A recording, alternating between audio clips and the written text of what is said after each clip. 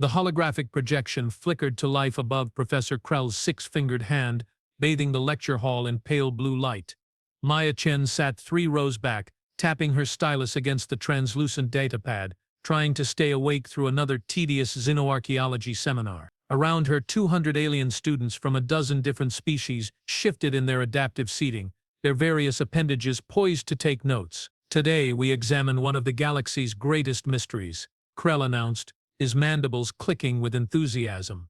The Vorgothi professor had a reputation for dramatic flair, which usually meant a boring lecture delivered with unnecessary suspense, a civilization that rose to remarkable heights, then vanished without explanation.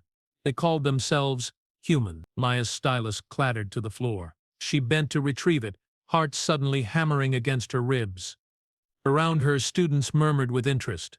The Colorithian girl beside her, Sera, leaned over with concern. "You all right?" Sera whispered, her crystalline features refracting the projection light into rainbow patterns.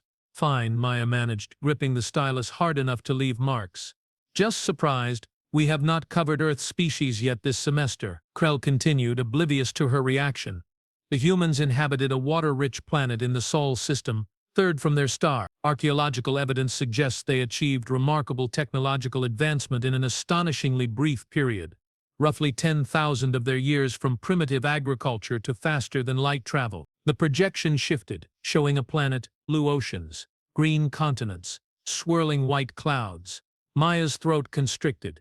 She had seen this view before, countless times, from the observation deck of the Academy station, but never labeled as archaeological evidence, never described in past tense. "Their defining characteristic," Krell said, manipulating the hologram to zoom toward a landmass, "was adaptability.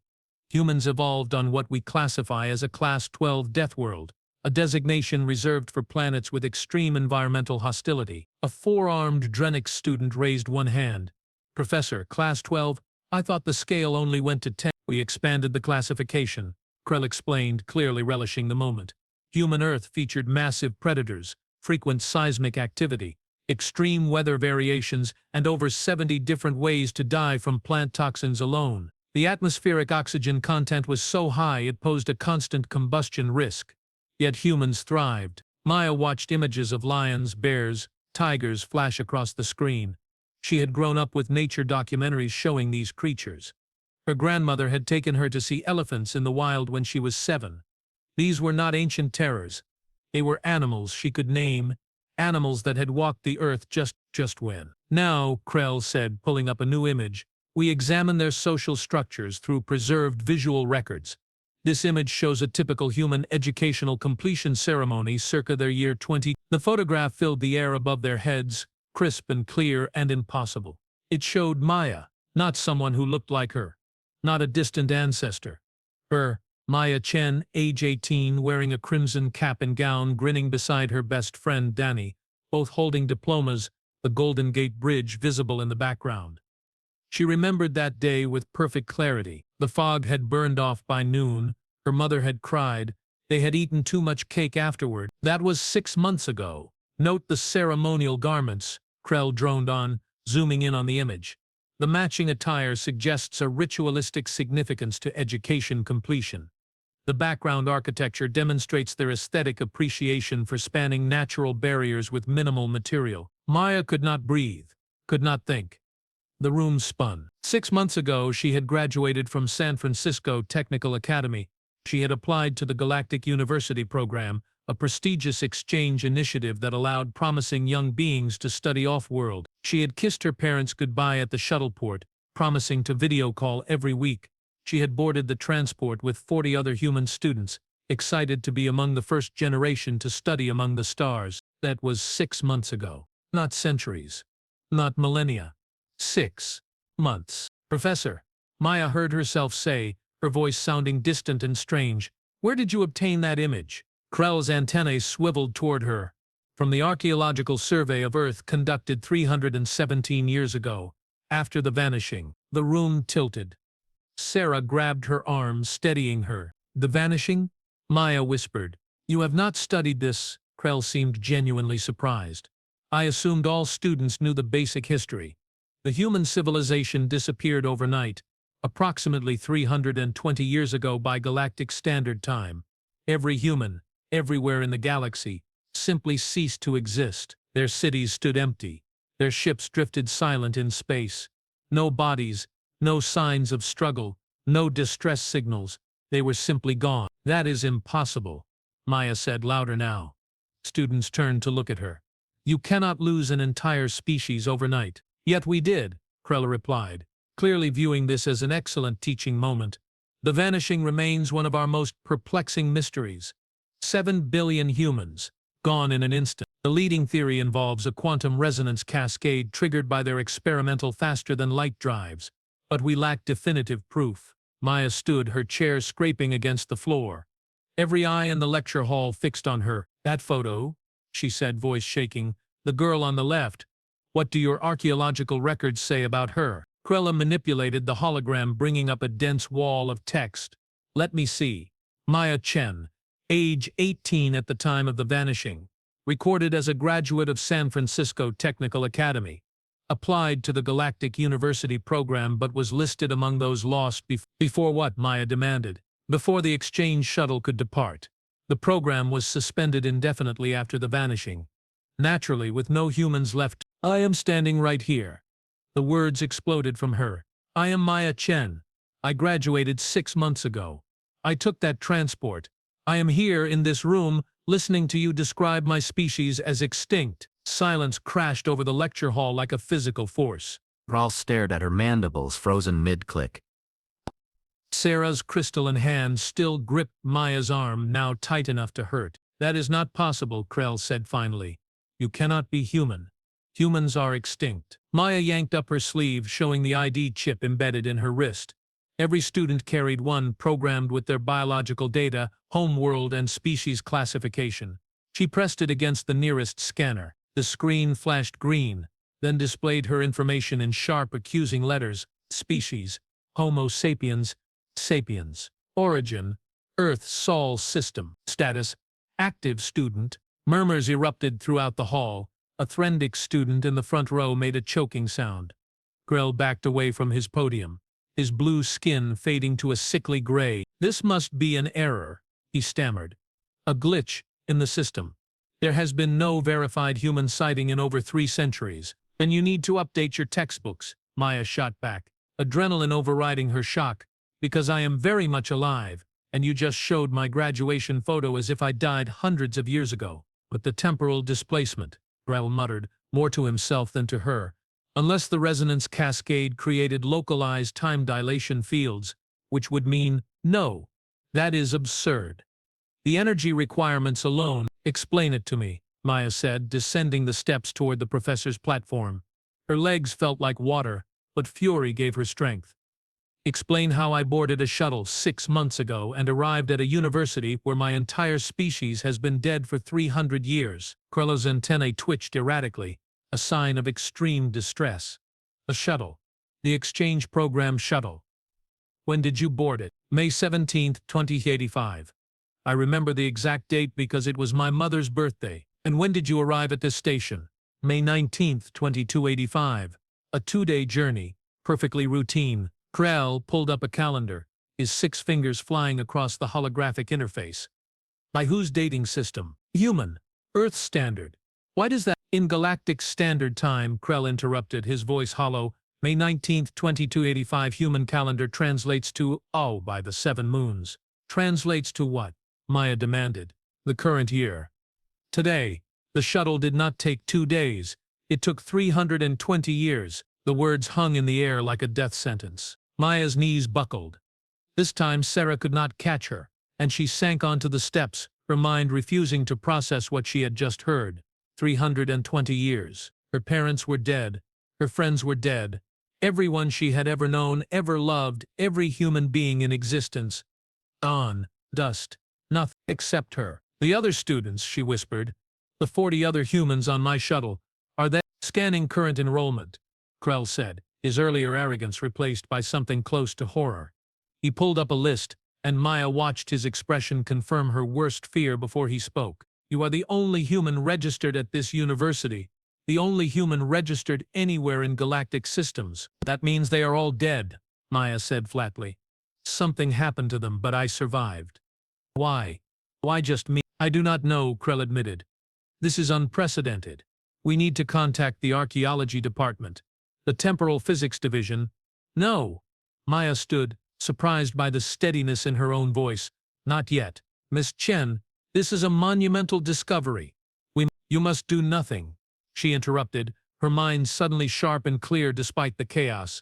Because if you announce this, every government, every research institution, every opportunist in the galaxy will want to study me, dissect me, figure out how I survived when billions died. And I need to find out what actually happened first. You cannot seriously expect us to hide this, Krell protested. Maya looked at him, then at the 200 alien students watching her with expressions ranging from fascination to fear. She thought about her graduation photo, displayed like a museum piece. She thought about her species, labeled as lost. She thought about the word vanishing and how carefully it obscured the fact that someone, somewhere, had killed 7 billion people. Here is what I expect, she said quietly. I expect you to give me 48 hours before you report this. 48 hours to access the archaeological records, the incident reports, everything you have on the vanishing, because someone knows what happened to my people, and I am going to find out who. And if I refuse? Krell asked, though his tone suggested he already knew the answer. Maya smiled, and there was nothing warm in it. Then I will walk straight to the Galactic News Network and tell them the Vorgati Empire has been sitting on evidence that contradicts 3 centuries of accepted history. I will explain how your own archaeological research was so incompetent that you did not notice one of the extinct species attending your lectures. Imagine the scandal. Krell's mandibles clicked shut. He stared at her for a long moment, calculations running behind his dark eyes. 48 hours, he said finally. After that I report to the administration. Deal. Maya turned to leave, then paused. One more thing. That shuttle I arrived on, where is it now? Shuttle 47 Delta. It was decommissioned decades ago after the human exchange program ended. It is in the station's salvage yards awaiting recycling. Not anymore, it is not, Maya said, because I am going to find it, and I am going to figure out how it kept me alive for 300 years when the rest of my species died. She walked out of the lecture hall, Sera hurrying to keep pace beside her, 200 shocked alien students staring after the girl who had walked out of history and into their classroom. Behind her, Krell slowly dimmed the holographic projection, Maya's smiling 18-year-old face fading into darkness. And across the station, in a restricted section marked as off-limits to students, a silent alarm began to flash red. Someone had noticed Maya Chen was awake. The salvage yard sprawled across an entire sector of the station, a graveyard of ships, satellites, and failed experiments stretching into the manufactured darkness. Maya and Sera moved through the maze of twisted metal and broken dreams, following the coordinates Krell had reluctantly provided. This is insane, Sera whispered, her crystalline form refracting the dim emergency lighting into scattered stars. If we get caught in a restricted area, then you should go back, Maya interrupted, not slowing down. I never asked you to follow me. Right, because letting the last human in existence wander through a dangerous salvage yard alone is such a brilliant plan. Despite everything, Maya felt a smile tug at her lips. You know what the scariest part is? I cannot decide if I am the last human or the first, last survivor of a dead species, or first colonist of whatever comes next. That is remarkably philosophical for someone who just found out their entire species vanished. I think I am in shock, Maya admitted. The crying will probably come later. Right now I just need answers. They rounded a corner formed by a derelict Threndix cruiser and stopped. Shuttle 47 Delta sat beneath a flickering utility light, looking exactly as Maya remembered it. Sleek white hull, blue accent stripes, the Galactic University emblem still visible near the airlock. It looked pristine, untouched by the centuries that had supposedly passed. It looks brand new, Sera observed, echoing Maya's thoughts. Exactly. Maya approached cautiously, running her hand along the hull. The metal felt cold but solid. Real. If this shuttle has been sitting here for decades, where is the dust, the corrosion, the signs of age? She reached the airlock panel and pressed her palm against it, not expecting anything. The panel lit up green. The airlock hissed open. Okay, that is definitely not normal, Sera said. Decommissioned vessels do not have active power. Maya stepped inside, her heart pounding. The interior lights flickered on automatically, revealing rows of empty passenger seats. She walked down the aisle, memories flooding back. She had sat right there, 3 rows from the front, listening to music and reading while the other students chatted nervously about their first time off-world. Where were they now? Dead for 3 centuries, or scattered across time like her? She reached the cockpit, expecting to find it dark and empty. Instead, she found a message. It was displayed on every screen in bright red letters: temporal stasis field active. Remaining subjects were warning.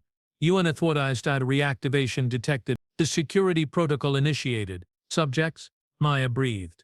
Not passengers. Subjects. Sera peered over her shoulder, reading the displays. Maya, this looks like an experiment, a deliberate temporal displacement field. Someone put you in stasis. But why just me? What happened to the other 39 students? Maybe you should ask him. The voice came from behind them. Maya spun to find a man standing in the shuttle doorway, backlit by the salvage yard lights. Human. Definitely human, with dark hair shot through with gray, wearing a maintenance worker's jumpsuit that looked too clean for someone working in salvage. Who are you? Maya demanded. Someone who has been waiting 320 years for you to wake up, he said, stepping into the light. His face was weathered, but his eyes were sharp, calculating. My name is Marcus Webb. And before you ask, yes, I am human too. The only other one left. Maya's hand instinctively went to the emergency beacon on her belt, but Marcus raised his hands in a peaceful gesture. I am not here to hurt you, Maya. I am here to explain. You deserve that much. Explain what? How my entire species disappeared. They did not disappear, Marcus said quietly. They were murdered, and I helped kill them. The words hung in the air like poison. Sera made a sound somewhere between a gasp and a hiss, her crystalline body shifting to a defensive stance. Maya just stared, unable to process what she had heard. That is impossible, she finally said. One person cannot kill 7 billion. One person cannot, Marcus agreed. But a consortium of alien governments, threatened by humanity's rapid expansion and unwilling to share the galaxy with a species they viewed as too dangerous. They absolutely could, and did. He moved to the shuttle's data terminal, his fingers flying across the interface with practiced ease. Files began appearing on the screens, marked with security classifications Maya had never seen. 325 years ago, I was a scientist working on temporal field research. The Galactic Council approached me with an offer: help them create a resonance weapon that would erase humanity from existence, or watch my family die. I made the wrong choice. The files showed schematics, test data, projections.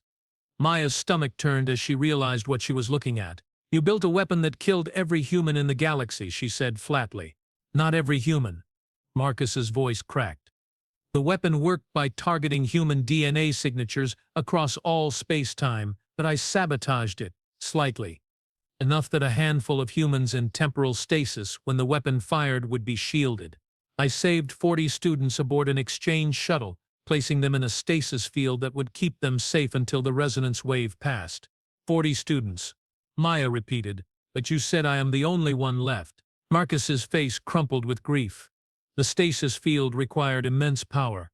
I calculated it could sustain 40 subjects for precisely 320 years before collapsing. But something went wrong. The field degraded faster than predicted. One by one, the other students died as their individual pods failed. Until only you remained. Why me? Maya whispered. Why did my pod survive when theirs did not? Random chance. Equipment variance. The cruel mathematics of entropy. Marcus met her eyes. Or perhaps because you were the youngest, and your pod had the most recent calibration. I have spent 3 centuries trying to determine why, but ultimately it does not matter. You lived. They did not, and I am sorry. Sorry? Maya's voice rose. You helped commit genocide and you are sorry. I know no apology will ever— Shut up. She was shaking now, fury burning through the shock. You do not get to ask for forgiveness. You do not get to stand here and act like you are some tragic figure. You murdered my parents, my friends, every single person I ever knew. I know, Marcus said quietly. And I have lived with that knowledge for over 300 years. I used the same temporal field technology to place myself in stasis, cycling through periods of sleep and waking, waiting for you. Because you deserve the truth, and because you deserve revenge. What are you talking about? Marcus pulled a data chip from his pocket, holding it out. This contains everything. The names of every council member involved, the locations of their descendants, the full specifications for the weapon they used, and the plans for a counter-weapon I have spent centuries developing, one that could give humanity a second chance. Maya stared at the chip. By bringing them back? No, the dead are dead. Even I cannot reverse that. Marcus's expression hardened. But their genetic data remains. I have been collecting human DNA samples from archaeological sites across the galaxy. With the right technology, we could clone them, create a new generation of humans. Not resurrection, but rebirth. That is insane, Sera interjected. Do you know the ethical violations alone? Ethics? Marcus laughed bitterly. 7 alien governments conspired to commit genocide and got away with it. The word ethics lost all meaning the day they pushed that button. Maya's mind raced. A part of her wanted to throw the chip away, to reject everything this broken man represented. But another part, a darker part born in the last terrible hour, wanted to grab it, to make them pay, to bring humanity back even if she had to burn the galaxy down to do it. Why are you giving this to me? She asked. Why not just do it yourself? Because I am dying, Marcus said simply. The temporal stasis degraded my cellular structure. I have maybe a month left, 2 if I am lucky. But you have your whole life ahead. A life to avenge your species, or to build something new. I cannot make that choice for you, but I can give you the tools to make it yourself. Maya reached for the chip, her fingers closing around the small device. Information, power, revenge. Everything she needed to hurt the beings who had murdered her world. She looked at Marcus, at his gray hair and lined face, at the 3 centuries of guilt carved into every feature. She thought about her parents, about Danny, about 7 billion lives erased like they had never mattered. Then she thought about that graduation photo, about her younger self, grinning in the sunshine, full of hope and excitement for the future.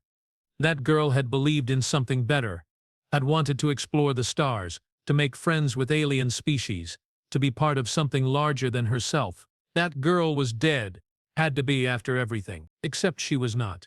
Not entirely. I will take your information, Maya said slowly. But not for revenge. For justice. Real justice, not the kind that comes from a weapon. Marcus frowned. What are you proposing? I am going to expose them. Every single government, every individual involved. I am going to make sure the entire galaxy knows what they did, and then I am going to force the Galactic Council to acknowledge the genocide, to establish protections ensuring it never happens again, and to provide reparations for rebuilding humanity. They will never agree to that, Marcus said. They will if the alternative is me releasing the schematics for your counter-weapon to every terrorist organization and revolutionary group in the galaxy. Mutually assured destruction has a way of bringing people to the negotiating table. Sera stared at her. You really think you can blackmail the entire Galactic Council? I think I am the last human alive, which makes me the sole legal representative of my species. And I think these governments have spent 3 centuries pretending the vanishing was a mystery because the truth would destroy their legitimacy. I am betting they will do a lot to keep that truth buried. Maya tucked the chip into her pocket. But we are going to drag it into the light anyway. Marcus studied her for a long moment, then nodded slowly. You are braver than I ever was. Smarter too, probably. For what it is worth, I hope you succeed. It is not worth much, Maya said honestly. But I will try anyway. Footsteps echoed from outside the shuttle. Heavy. Multiple sets. Security. Time to go, Sera urged. But Maya did not move. Marcus, why did you really save me? Random chance does not wait 300 years in stasis hoping for survivors. The old man smiled sadly. You remind me of my daughter. She would have been about your age when the weapon fired.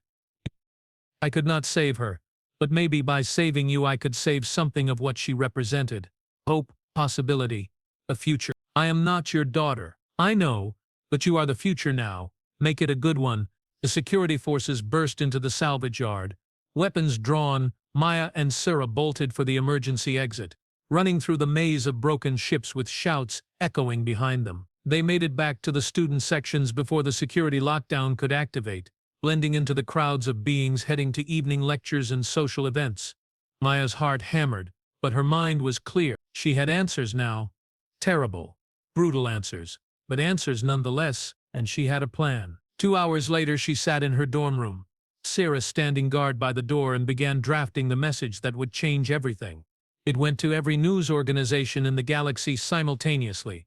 It included excerpts from Marcus's files, visual evidence, testimony, everything needed to prove that the vanishing was not a mysterious tragedy but a calculated act of genocide. She signed it simply, Maya Chen, last human, survivor. Then she hit send and waited for the galaxy to burn.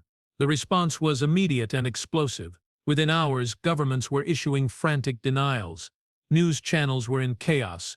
Protest movements erupted on a dozen worlds. The Galactic Council called an emergency session, and in a small dorm room, the last human in existence smiled grimly and began planning her next move. Her species was gone.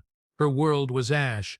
Her life as she knew it had ended the moment she stepped aboard that shuttle. But she was still here, still breathing, still fighting, and she would make sure humanity's ending became the beginning of something better, even if she had to rewrite the entire galaxy to do it. Outside her window, the station hummed with activity, alien lives intersecting and diverging like currents in an ocean. Maya watched them, no longer feeling separate or alone. She was the bridge between past and future, death and rebirth, grief and hope. The lecture had described a lost civilization, but the girl in the graduation photo was not lost at all. She was just getting started.